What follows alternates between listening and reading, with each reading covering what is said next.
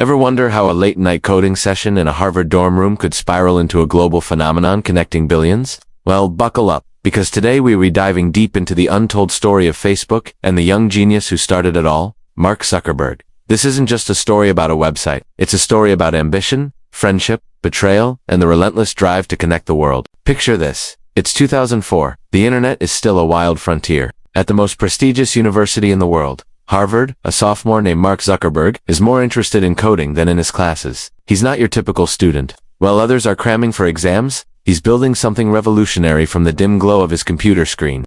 This is where our story begins. Not in a fancy Silicon Valley office, but in Kirkland House, room H33. Before Facebook, there was FaceMesh in late 2003. Zuckerberg, in a moment of inspired mischief, created a hot or not style website using photos of Harvard students he hacked from the university's online Facebooks.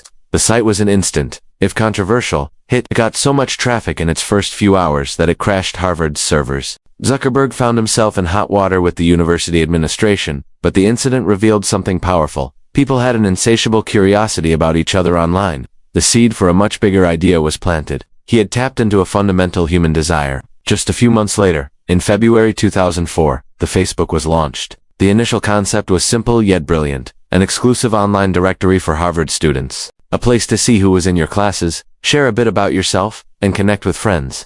Zuckerberg wasn't alone in this venture. He brought on his friends and fellow students, Eduardo Severin, who provided the initial funding and business acumen, Dustin Moskovitz, a programmer who would become a key technical architect, Andrew McCollum, the artist who designed the first logo, and Chris Hughes, who became the de facto spokesperson and product guru. Together, this small team of college kids was about to change the world. The initial reaction was explosive. Within the first 24 hours, over 1,200 Harvard students had signed up. Within a month, more than half of Harvard's undergraduate population was on the Facebook. The appeal was undeniable. It wasn't just a directory. It was a digital reflection of your real-life social world. It was exclusive, it was cool, and everyone wanted in. Word spread like wildfire across the Ivy League. Students from Columbia, Yale, and Stanford were clamoring for access. The team knew they were onto something huge. Seeing the incredible demand, Zuckerberg and Moskovitz made a pivotal decision. They dropped out of Harvard and moved to Palo Alto, California, the beating heart of the tech world. They rented a modest house that doubled as their office, a place that would become legendary in Silicon Valley lore. This was the summer of 2004, a whirlwind of coding, expansion, and big dreams. It was here that they met Sean Parker, the co-founder of Napster. Parker saw the immense potential in the Facebook and became its first president. He was instrumental in securing their first major investment from PayPal co-founder Peter Thiel, a $500,000 check that transformed the dorm room project into a real company. It was also Parker who famously advised them to drop the ID from the name. It was just Facebook now, cleaner, stronger, and ready for the world. But this rapid growth wasn't without its growing pains.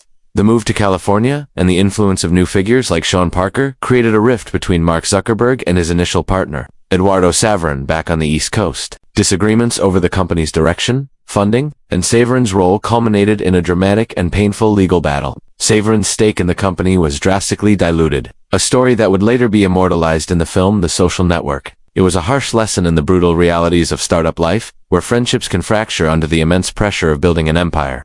Despite the internal turmoil, Facebook's growth was unstoppable. By the end of 2004, it had over 1 million users. The platform continued to expand, opening up to high school students in 2005, and then, in a game-changing move in September 2006, to anyone over the age of 13 with a valid email address. The floodgates opened. Facebook was no longer a college network. It was on its way to becoming a global utility. The mission was clear: to make the world more open and connected. A key innovation that fueled this explosive growth was the newsfeed. Introduced in 2006, initially, it was met with a huge user backlash. People felt it was an invasion of privacy, a stalker feed, but Zuckerberg stood firm. He believed that seeing a real-time stream of what your friends were doing was the core of the social experience. He was right. The news feed became the heart of Facebook, the addictive, endlessly scrolling feature that keeps billions of users coming back every single day. It fundamentally changed how we consume information and interact with our social circles. Over the years, Facebook continued to evolve. It introduced the like button, a simple yet profound way to engage with content.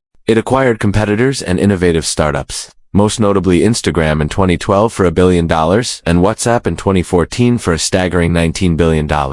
These acquisitions weren't just about eliminating competition, they were about cornering the market on communication and photo sharing, ensuring Facebook's dominance across different demographics and digital habits. Zuckerberg proved to be not just a brilliant coder, but a shrewd and visionary CEO. Today, the company, now rebranded as Meta Platforms, is more than just the blue and white website we all know. It's a sprawling ecosystem of apps and technologies, with ambitions reaching into virtual and augmented reality with the metaverse. Mark Zuckerberg, once the youngest self-made billionaire in history, is now one of the most powerful and scrutinized figures on the planet. His creation has reshaped society, influencing everything from politics and media to personal relationships and mental well-being. The story of Facebook is a modern epic. It's a testament to how a simple idea, executed with relentless focus and a bit of luck, can grow from a Harvard dorm room into one of the most influential companies in human history. It's a story of innovation, controversy, and the enduring power of human connection. What do you think is the most significant impact Facebook has had on the world? Let us know your thoughts in the comments below. We'd love to hear from you. And if you enjoyed this deep dive, don't forget to hit that like button, subscribe to our channel, and ring the notification bell so you never miss another story. Thanks for watching, and we'll see you in the next one.